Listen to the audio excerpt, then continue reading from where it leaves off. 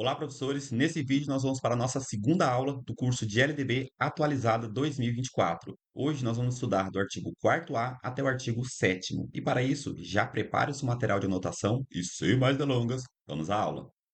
Bem, esse aqui é o material de apoio que nós vamos utilizar aqui na aula de hoje. Esse material vai estar disponível aqui na descrição do vídeo. Quando você for acessar, já curta o vídeo e se inscreva no canal para que a gente continue trazendo esse tipo de conteúdo aqui para o YouTube.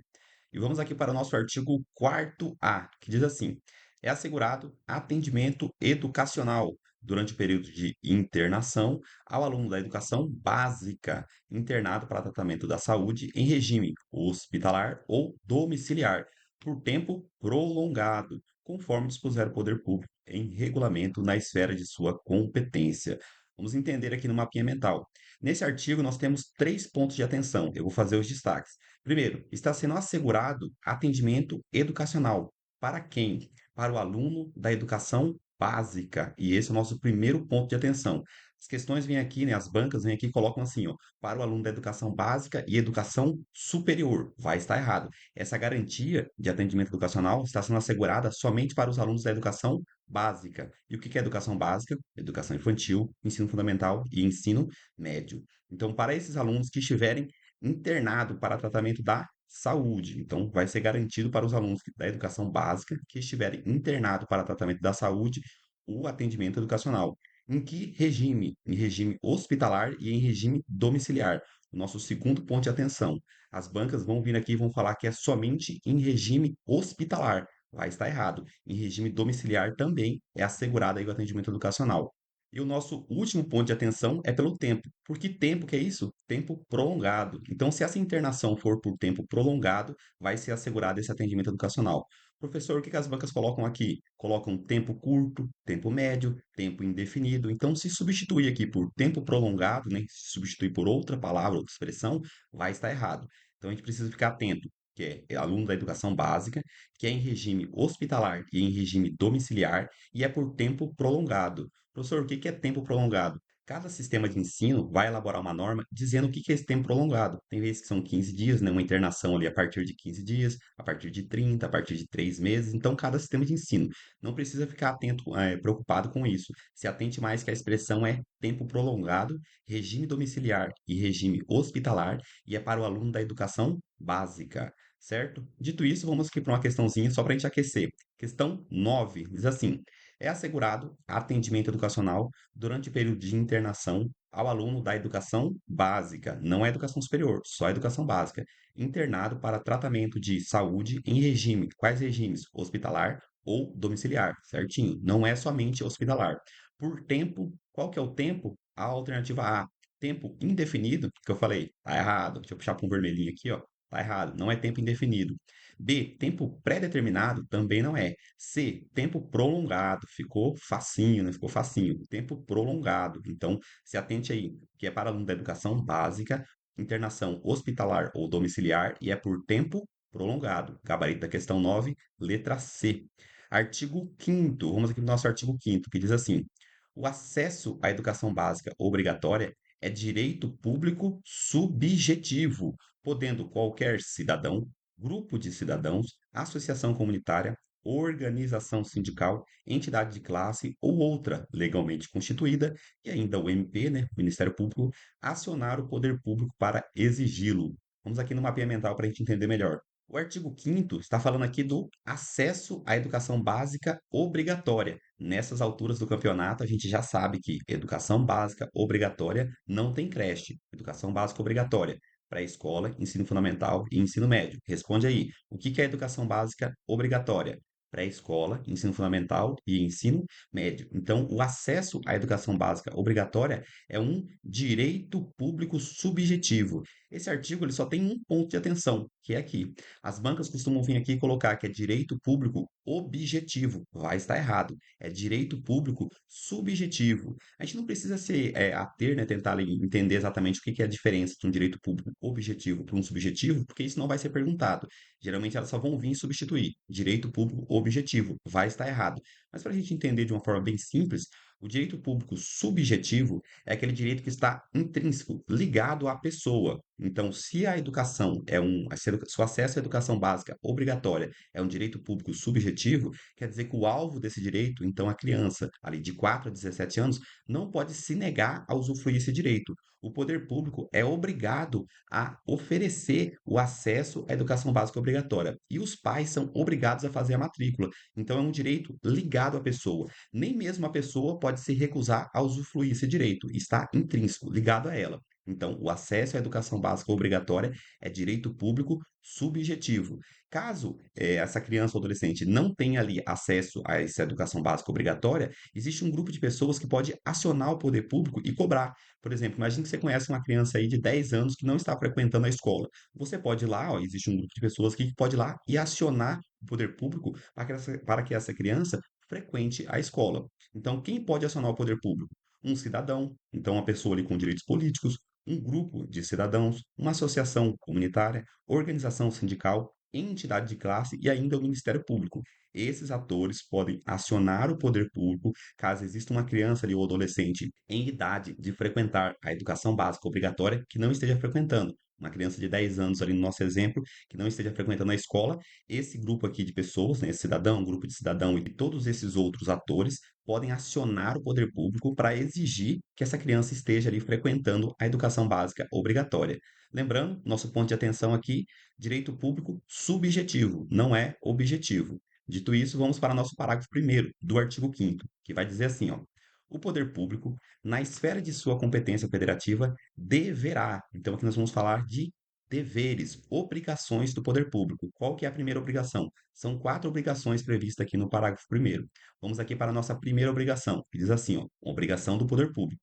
Recensear anualmente as crianças e adolescentes em idade escolar, bem como os jovens e adultos que não concluíram a educação básica, no mapinha mental. Recensear anualmente, isso é, fazer a contagem, fazer o levantamento de todas as crianças e adolescentes que estão na idade de frequentar a escola, em idade escolar, bem como, então, também vai recensear os jovens e adultos que não concluíram a educação básica. Aqui é o nosso ponto de atenção. As bancas vão vir aqui e vão colocar os jovens e adultos que concluíram a educação básica. Vai estar errado. Vai recensear os jovens e adultos que não concluíram a educação básica. Então, esse aqui é o primeiro dever. Segundo, fazer-lhes a chamada pública. A chamada pública é essa convocação pública para que os pais ou responsáveis façam a matrícula dos seus filhos. Então, trazer as crianças para a escola. Precisa ser divulgado ali que as matrículas estão abertas, né, que as escolas estão recebendo os alunos. Fazer-lhes a chamada pública.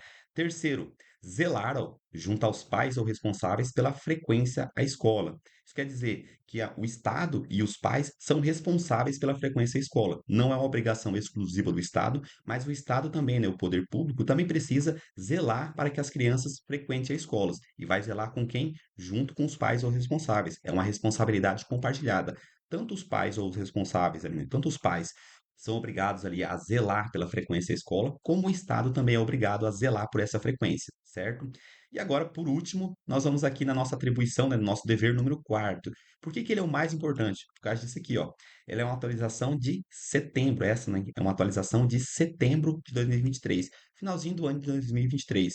E agora, no ano de 2024, esse inciso aqui vai cair muito em prova. E vamos entender ele aqui com todos os seus detalhes. Diz assim, ó: divulgar, é uma obrigação do Estado, uma obrigação do poder público, divulgar lista de espera por vagas nos estabelecimentos de educação básica de sua rede, inclusive creches. Repete aí comigo, inclusive creches, por ordem de colocação e, sempre que possível, por unidade escolar, bem como divulgar os critérios para a elaboração da lista. Vamos aqui no mapinha mental entender. Da leitura aqui do texto, a gente já conseguiu entender que foi criada uma lista de espera por vagas. Então, é um dever do poder público ter uma lista de espera por vaga. No mapa mental aqui, a gente vai entender os pormenores aqui dessa lista. Então, ó, o poder público, ele deve divulgar o quê? Lista de espera por vagas. Lembra quando um pai de uma criança vai lá na secretaria fazer a matrícula do filho e ele é informado que não tem vaga naquela escola? Isso vai continuar acontecendo. A diferença é que agora ele vai saber exatamente qual que é a colocação dentro de uma lista de espera. Então, o primeiro colocado é a Maria, o segundo colocado é o Francisco, o terceiro colocado é a Ana. Seu filho pode ser o 15º colocado nessa lista de espera por vaga. Então, o poder público precisa divulgar uma lista de espera por vaga. Essa lista vai pegar toda a educação básica. Responde para mim aí, educação básica é o quê? Educação infantil, ensino fundamental e ensino médio. Lembrando que dentro da educação infantil nós temos a creche e a pré-escola. Aqui é a educação básica inteirinha. Ele veio aqui, ó, e reforçou. Inclusive creches. Quando ele falou educação básica, já estava pegando a creche, porém ele reforçou, inclusive creches. Esse é um ponto de destaque, e com certeza as bancas vão explorar isso. Inclusive creches, eu acredito que o legislador, né, que quem criou essa lei aqui, colocou esse destaque, porque na creche é onde acontece ali na prática a maioria desses casos de não ter vaga. Então, lembrando, a lista de espera por vaga pega toda a educação básica, inclusive a creche. Como que vai funcionar essa lista? Por ordem de colocação. Então vai ter o primeiro lugar, o segundo lugar, o terceiro lugar, toda uma lista ali por ordem de colocação. Então, caso não haja vaga, você vai saber exatamente qual que é a sua vaga ali, né? Qual que é a sua classificação dentro dessa lista. Supomos ali no nosso exemplo, o aluno ali era o 15º em uma lista de espera por colocação. Primeiro lugar, segundo lugar, até chegar ao 15º. A outra forma é por unidade escolar. Imagine ali assim que uma escola, né, um sistema de ensino, ele tem 10 escolas. Cada escola tem a sua lista de espera por vaga. Então, se o pai chegar ali na escola Joaquim Murtinho, vai ter lá primeiro lugar, segundo lugar, terceiro lugar. Se chegar lá na escola Pedro Afonso, primeiro lugar, segundo lugar, terceiro lugar, que eu acredito que seja melhor. Então, cada escola criar uma lista de espera por vaga. Agora vem o detalhe. A lista de espera por vaga por unidade escolar é sempre que possível. Qual que é a diferença? Obrigatoriamente, a lista vai ser por ordem de colocação, pegando todo o sistema de ensino. Vamos imaginar aqui o sistema de ensino de Campo Grande. Então, vai ter uma lista de espera por vaga para creche, outra lista para pré-escola, outra lista para o ensino fundamental, outra lista para o ensino médio. Então, essas listas vão pegar todo o sistema de ensino. Isso é obrigatório. Agora, sempre que possível, pode ser por unidade escolar. Ao invés de você fazer uma lista ali para creche, para todas as unidades escolares, você faz uma para cada unidade. Então, essa aqui é sempre que possível. O que que é obrigatório? Por ordem de colocação. Tem que ter lista de espera por vaga por ordem de colocação. Sempre que for possível, vai ser por unidade escolar, certo? O que que também é obrigatório é divulgar, né, elaborar e divulgar os critérios, ó, os critérios para a elaboração da lista. Então a gente precisa saber, tudo bem, tem o primeiro colocado, o segundo e o terceiro, mas quais são os critérios? Está sendo utilizado aqui condição social, está sendo utilizado localização, ali quem mora mais perto da escola ou não, está sendo utilizado idade, então a idade ali da criança, quem é mais velho, quem é mais novo, não importa aí quais são esses critérios, o que importa é que eles precisam ser divulgados. Preste atenção, vamos resumir. Então, a lista de espera por vaga, ela pega toda a educação básica, inclusive a creche. A lista obrigatoriamente vai ser por ordem de colocação. E sempre que possível, então não é obrigatório, por unidade escolar. E os critérios para a elaboração dessa lista, por que que a gente está classificando o primeiro, o segundo e o terceiro, precisam ser divulgados também, certo? Essa aqui é a lista de espera por vaga, que é um dever do poder público, incluída ali no finalzinho de 2023, que em 2024 vai chover nas provas. Dito isso, vamos aqui para umas questãozinhas para a gente entender como que isso pode ser cobrado em prova. Questão número 10 diz assim: segundo a LDB, no seu artigo 5º, parágrafo 1º, o poder público, na esfera de sua competência federativa, deverá, obrigações do poder público, a gente viu que são quatro. Alternativa A, recensear anualmente as crianças e adolescentes em idade escolar, bem como os jovens e adultos que concluíram a educação básica. Banca sorrateira. Muitos alunos vieram aqui e marcaram a sua alternativa como correta. Está errada. É adulto, né, jovens e adultos que não concluíram. Jovens e adultos que não concluíram a educação básica. Então, isso aqui já está errado. Alternativa B. Ó, outro detalhe, o professor deixou passar aqui, ó.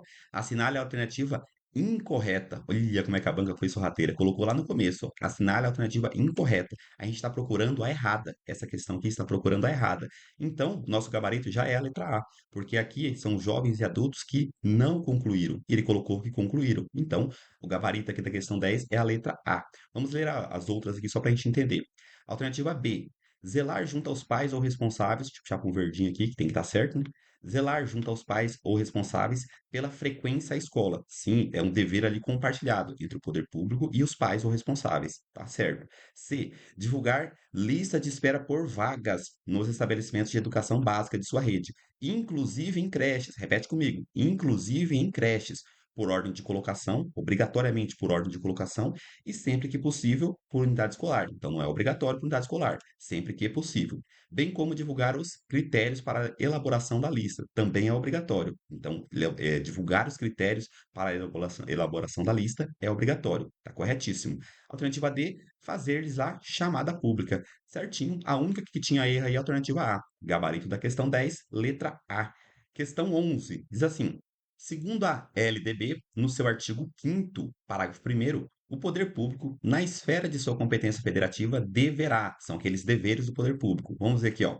Inciso 4, divulgar lista de espera por vagas nos estabelecimentos de educação básica de sua rede. Certinho, certinho.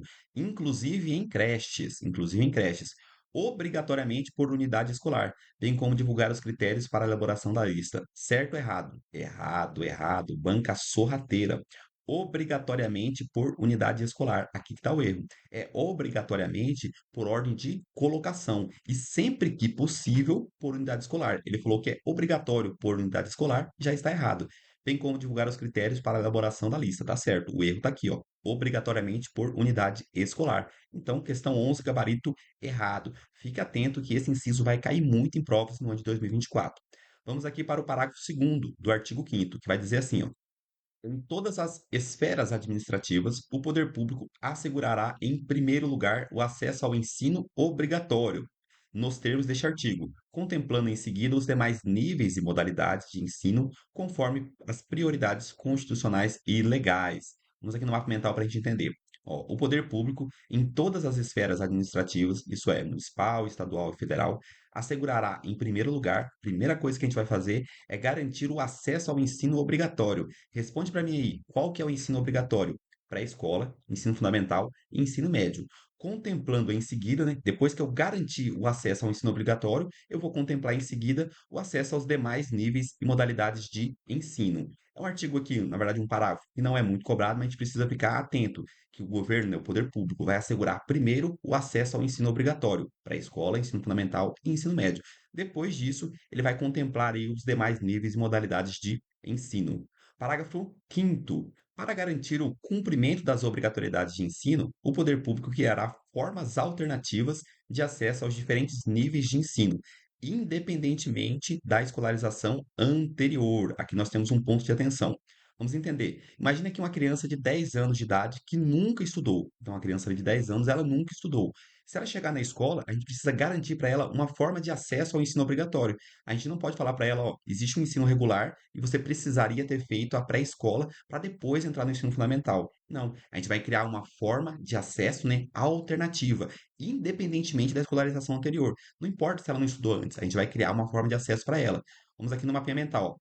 Para garantir cumprimento das obrigatoriedades de ensino, o poder público criará formas alternativas de acesso. Chegou lá com 10 anos, a gente vai dar um jeito ali, né? Vai criar uma classificação, vai fazer uma outra forma ali de classificar e colocar ela do ensino obrigatório. Então, formas alternativas de acesso aos diferentes níveis de ensino, independentemente da escolarização anterior. Quero que você preste bastante atenção aqui, porque as bancas vêm aqui e colocam dependendo da escolarização anterior. Dependente da escolarização anterior. Vai estar errado. É independentemente da escolarização anterior. No nosso exemplo, a criança chegou lá com 10 anos, não importa se ela não estudou antes, a gente vai criar uma forma alternativa de acesso para que a gente possa garantir o acesso ao ensino obrigatório. Então, esse aqui é o parágrafo 5º, ponto de atenção está aqui, ó. Independentemente da escolarização anterior.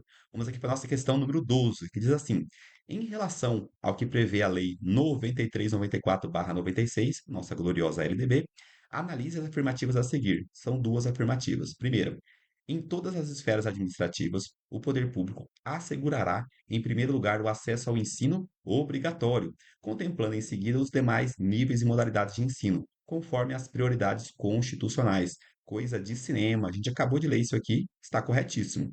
Próxima afirmativa.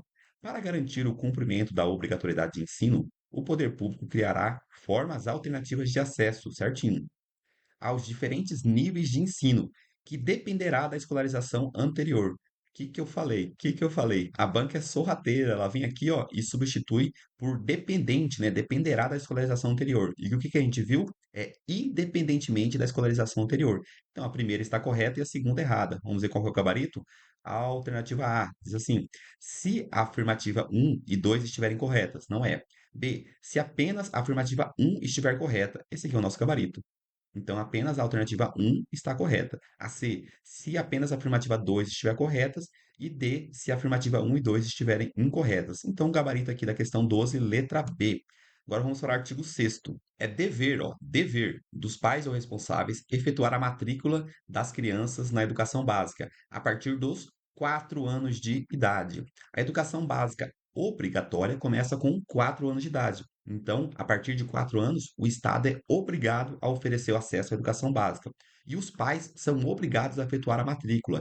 Eu sublinhei aqui o dever, porque tem algumas bancas que vêm aqui, ó, é um ponto de atenção, que as bancas vêm aqui e colocam, é um direito dos pais ou responsáveis. Não é, é um dever. Também é um direito, só que o artigo 6º ele fala o quê? É um dever, é uma obrigação dos pais ou responsáveis efetuar a matrícula. Quando? 4 anos. As bancas vão vir aqui e vão colocar 5 anos, 3 anos, 6 anos. E não é isso. É a partir dos 4 anos de idade, lá na pré-escola. Passa a ser obrigado.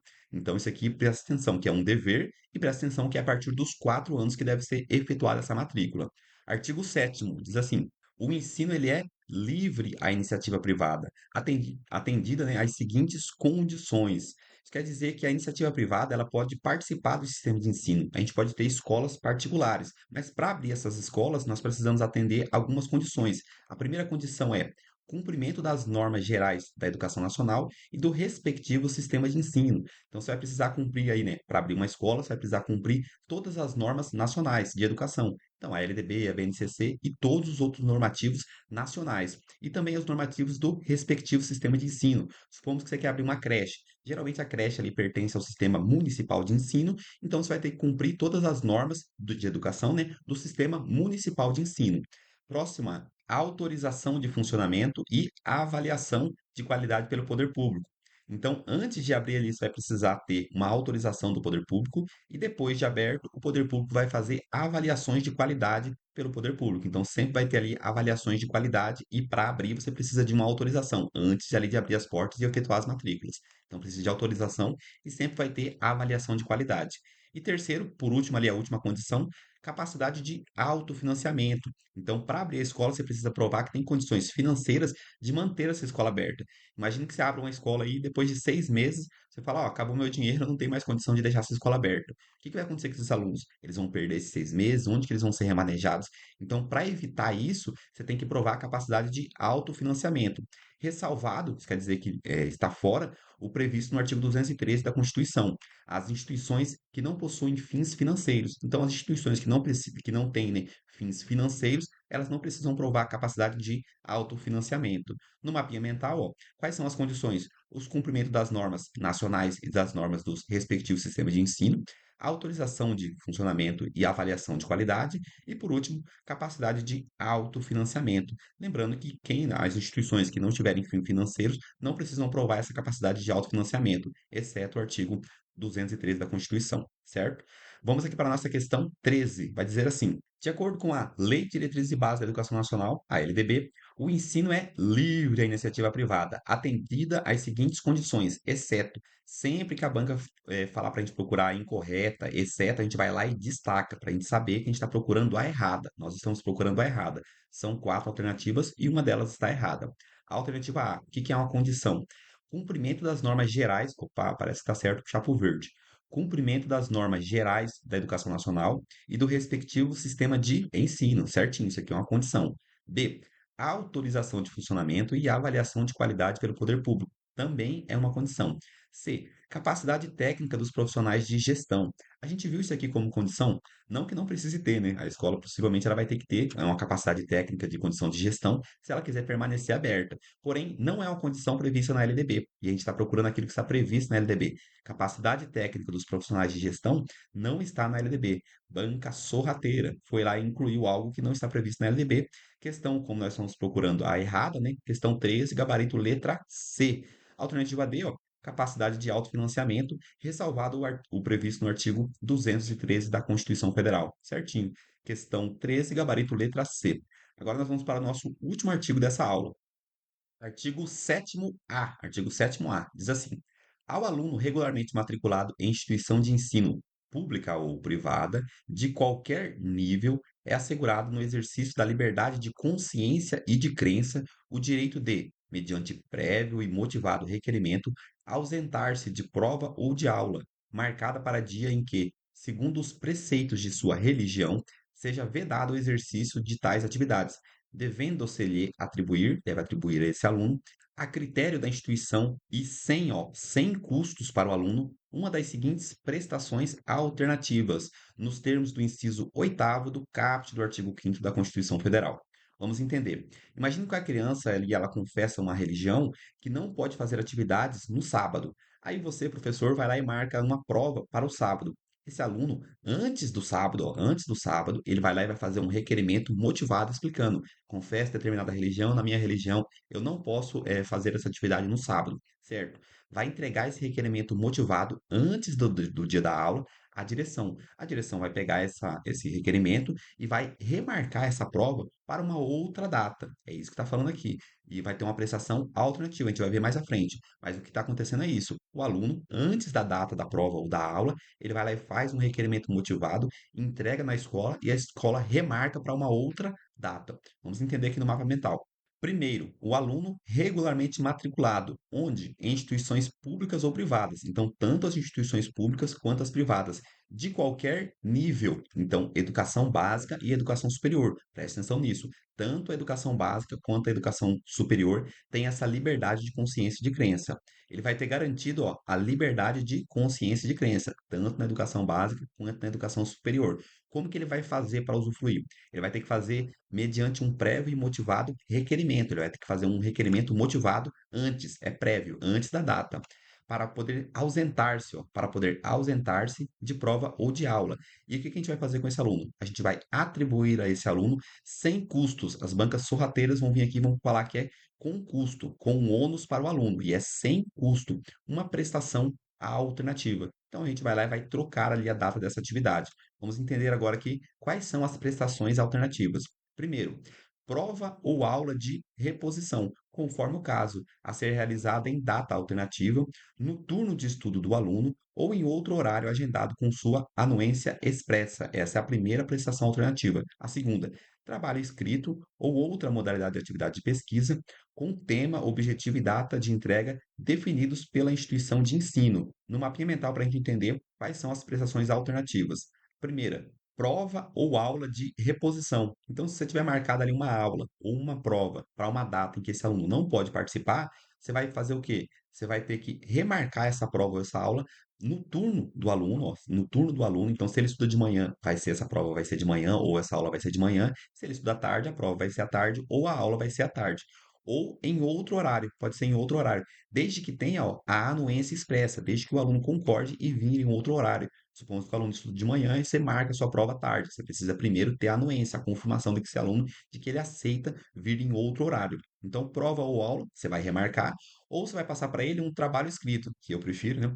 Passar um trabalho escrito. Então, se o aluno ele não vier na sua aula, você pode ou refazer, né, redar aí reaplicar a prova, ou redar essa aula, marcar essa aula para uma outra data, ou passar para ele um trabalho escrito ou outra atividade de pesquisa, com tema, objetivo e data de entrega definidos pela instituição de ensino. Ficam então essas duas prestações alternativas. Ou você vai reaplicar a prova, ou fazer marcar uma outra data para essa aula, ou você vai passar para ele um trabalho escrito, para ele entregar o trabalho escrito no local dessa aula, né, como ele não pôde participar. Vamos aqui ver outras características dessa liberdade de consciência e de crença. Parágrafo primeiro diz assim, ó: a prestação alternativa deverá observar os parâmetros curriculares e o plano de aula do dia de ausência do aluno. Não pode ali a prova, né? Supomos que a prova ali fosse sobre acentuação. Você não pode dar uma outra prova sobre orações subordinadas. A prova, né, a prestação alternativa, ela precisa seguir os parâmetros curriculares daquela data que ele não esteve presente, certo? Esse parágrafo segundo diz assim: O cumprimento das formas de prestação à alternativa, de que trata este artigo, substituirá a obrigação original para todos os efeitos, inclusive regularização do registro de frequência. Quando você marcar um trabalho de, supomos que ele não pôde frequentar a sua aula, você vai lá e marca um trabalho de pesquisa. Quando ele entregar esse trabalho de pesquisa, a falta dele vai ser abonada. Quando você remarcar a aula e ele participar daquela outra aula, a falta dele vai ser abonada. É isso que está falando aqui. E por último, nós temos o parágrafo quarto. Esse parágrafo aqui é o mais cobrado dentro dessa liberdade de consciência e de crença, que diz assim, ó, o disposto nesse artigo não se aplica ao ensino militar, a que se refere o artigo 83 dessa lei. O artigo 83 da LDB vai dizer que o ensino militar possui legislação própria e essa liberdade de consciência e de crença não se aplica ao ensino militar. Repete comigo, a liberdade de consciência e de crença não se aplica ao ensino militar. As bancas vão vir aqui sorrateiramente vão falar que se aplica ao ensino militar. Dito isso, vamos aqui para algumas questões para a gente entender como esse assunto é cobrado em prova. Questão 14 vai dizer assim, ó. De acordo com o artigo 6º da LDB, é dever dos pais ou responsáveis efetuar a matrícula das crianças na educação básica a partir dos. Quando que é o dever dos pais efetuar a matrícula? A alternativa A, 0 ano, a gente já viu que não é. Então, 0 ano de idade na creche, não é. 6 anos, banca sorrateira vem aqui sempre coloca 6 anos no ensino fundamental, também não é. A alternativa C, 4 anos de idade. É esse aqui é o nosso gabarito. Com 4 anos de idade, os pais, ali, né, a partir dos 4 anos de idade, os pais são obrigados, é um dever do pai, efetuar a matrícula da criança na pré-escola. Questão 14, gabarito letra C. Questão 15. O artigo 7º da Lei de Diretrizes e Bases da Educação Nacional, a LDB, assegura ao aluno regularmente matriculado em instituição de ensino, pública ou privada, de qualquer nível, o exercício da liberdade de consciência e de crença. Assim, fica-lhe garantido ausentar-se de prova ou de aula marcada para dia em que, segundo os preceitos de sua religião, seja vedado o exercício de tais atividades. Todas as alternativas estão corretas, exceto, opa, a gente está procurando a errada, a gente vai lá e destaca. Nós, ó, repete aqui, nós estamos procurando aqui a incorreta. São 4 alternativas. Qual está incorreta? Alternativa A. Para que esse direito se efetive, o estudante deverá fazer requerimento prévio solicitando a ausência na prova ou no dia de aula marcada, para o dia em que, segundo os preceitos de sua religião, seja vedado o exercício de tais práticas, certo ou errado, de tais atividades, na verdade, né? Certo ou errado? Certíssimo. Tipo, puxar para um verde aqui, ó. Certíssimo. A gente acabou de ler esse texto aqui, coisa de cinema. Alternativa B. Essas atividades alternativas também se aplicam ao ensino público e ao privado, certinho, em todas as etapas e modalidades, e inclui ainda o ensino militar. Banca sorrateira, veio aqui incluir o ensino militar. O que que a gente viu? O ensino militar não se aplica, né? Essa regra de liberdade de consciência e de crença não se aplica ao ensino militar. O ensino militar possui legislação própria. Então está errado. Gabarito letra B. A banca veio aqui com o texto certinho e colocou uma bomba lá no final. Então a alternativa B é o nosso gabarito. A gente está procurando a errada. Vamos aqui continuar nas alternativas para entender o texto. A alternativa C, aí está correto, né? Diz assim: a escola, por sua vez, poderá fazer uma prova ou aula de reposição, conforme o caso, a ser realizada em data alternativa, no turno de estudo do aluno ou em outro horário, agendado com sua anuência expressa. Questão aqui, alternativa corretíssima. A alternativa D. A escola poderá solicitar ao estudante que realize um trabalho escrito ou outra modalidade de atividade de pesquisa, com tema, objetivo e data de entrega definidos pela instituição de ensino. Eu prefiro essa prestação alternativa aqui. Está corretíssimo. Então, a alternativa D também está correta. E essas atividades alternativas regularizam o registro de frequência do estudante. A gente acabou de ver isso. Quando ele entregar ali o trabalho, vai ser abonada a falta, ou quando ele refazer ali a prova, né, ou participar da aula, que foi marcada para uma outra data, também vai ser abonada a falta. Gabarito aqui da questão 15, gabarito letra B. Questão 16, diz assim: a respeito do direito à educação e o dever de educar, assinale a alternativa correta. Estamos procurando a correta. Diz assim: a alternativa A. O dever do Estado com a educação escolar pública será efetivado mediante, né, a educação básica obrigatória. Educação básica obrigatória. Repete para mim aí o que que é. Responde, na verdade, né, para mim. O que que é educação básica obrigatória? Pré-escola, ensino fundamental e ensino médio. Não tem creche. Pré-escola, ensino fundamental e ensino médio. Obrigatória e gratuita de 0 a 17 anos de idade.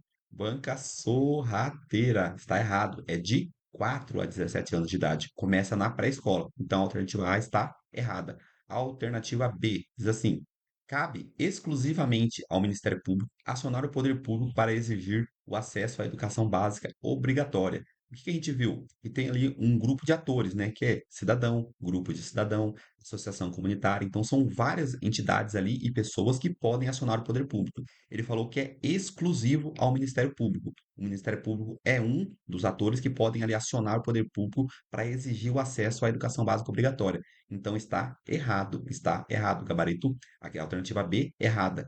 A alternativa C. O dever do Estado com a educação escolar pública será efetivado mediante a garantia de vaga na escola pública de educação infantil ou de ensino fundamental, certinho, mais próximo de sua residência, a toda criança a partir do dia em que completar 5 anos de idade e a partir do dia que completar 4 anos de idade. A banca veio aqui e substituiu. A alternativa C também está errada. Então a D vai ser o nosso gabarito. Alternativa D, comprovada a negligência da autoridade competente para garantir o oferecimento do ensino obrigatório, poderá ela ser imputada por crime de responsabilidade, certinho. Crime de responsabilidade é aquele crime que a autoridade, né, deveria ter agido e acabou não agindo. Então é um crime de responsabilidade. Gabarito aqui da questão 16, letra D. Gabarito da questão 16, letra D. E assim nós concluímos aí a nossa segunda aula. Antes de avançar para a aula 3, eu quero que você revise todas essas questões. Então, refaça aí todas essas questões que nós vimos aqui na aula. Você já vai fazer uma revisão por meio das questões, antes aí de a gente começar a nossa aula 3. E assim finalizamos. Te vejo na próxima aula. Até lá.